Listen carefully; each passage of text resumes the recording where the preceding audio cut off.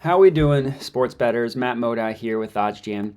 Just giving you some last-minute player props to lock in for Monday Night Football tonight, so we can get right into it. No use wasting time. The play I have here is this Alvin Kamara over 3.5 receptions, minus 137 at BetRivers/Barstool/Unibet/TwinSpires.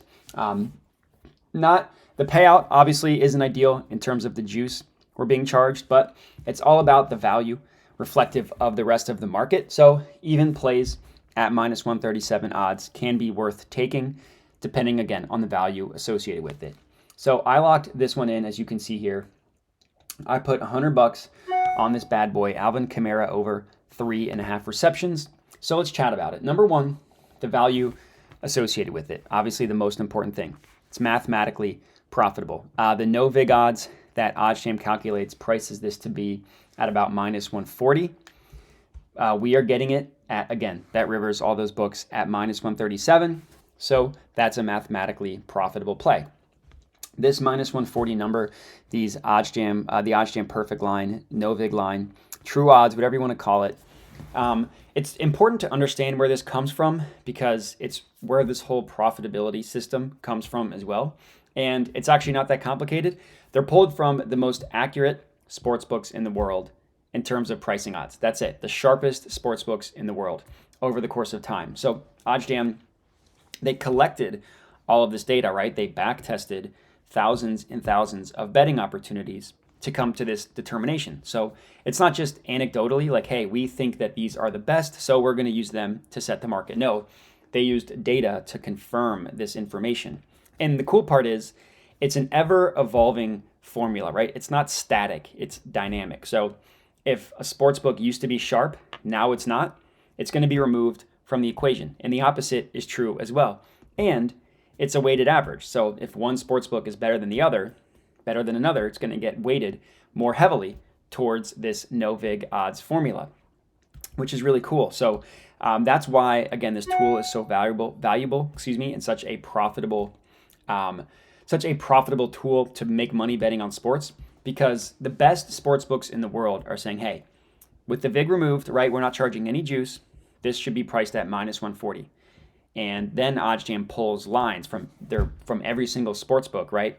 And just provides betting opportunities where we're getting more favorable odds on another book. So in this case, BetRivers at minus 137. It'd be the same thing if every reputable stock exchange had Amazon stock priced at $1,000 a share, and you can get them on some random exchange or whatever at $900 a share. You would want to take advantage of that price, right? It should be priced $100 higher at $1,000 a share. You can get it at $900. That's profitable. It's the same thing with sports betting, right? Each sports book is kind of like their own stock market, and that supply and demand, buying and selling dictates price. So sports books, on average, the way they make their money, right? Not on average. This is how they make their money.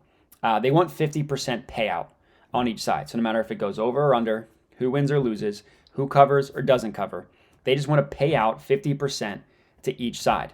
Then they charge a little bit of juice, and that's how they make money. So the reason why profitable betting opportunities exist is just because not every single sportsbook is going to receive money the same exact way, right? For whatever reason, in this case, BetRivers hasn't received as much money on Alvin Kamara going over 3.5 receptions. So guess what? They're not going to make it as expensive to buy as every other book. But look across the board. Pinnacle, minus 156. BetOnline, minus 172.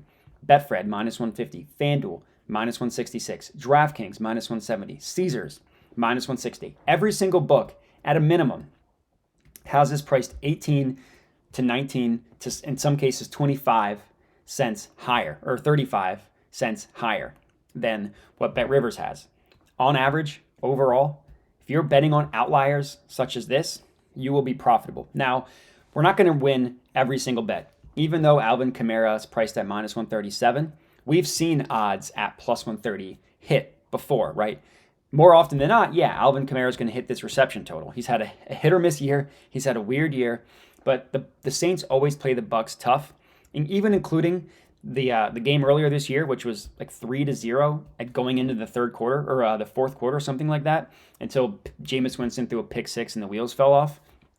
But the handicapping of it doesn't even matter. Just regardless, we know that odds that even our plus money don't hit. But so this bet might not hit. That's the nature of sports betting. But over the course of time, if you're taking advantage of odds discrepancies such as this, then you will be profitable. So in this case, the play we're locking in here for $100, Alvin Kamara over 3.5 receptions. Again, I locked that in as well. As you can see here, put 1 unit on this bad boy, and that's going to be it. So if you're tailing this, comment and let me know. Would love to hear it. And that's all I got. So appreciate everybody watching, and have a good one.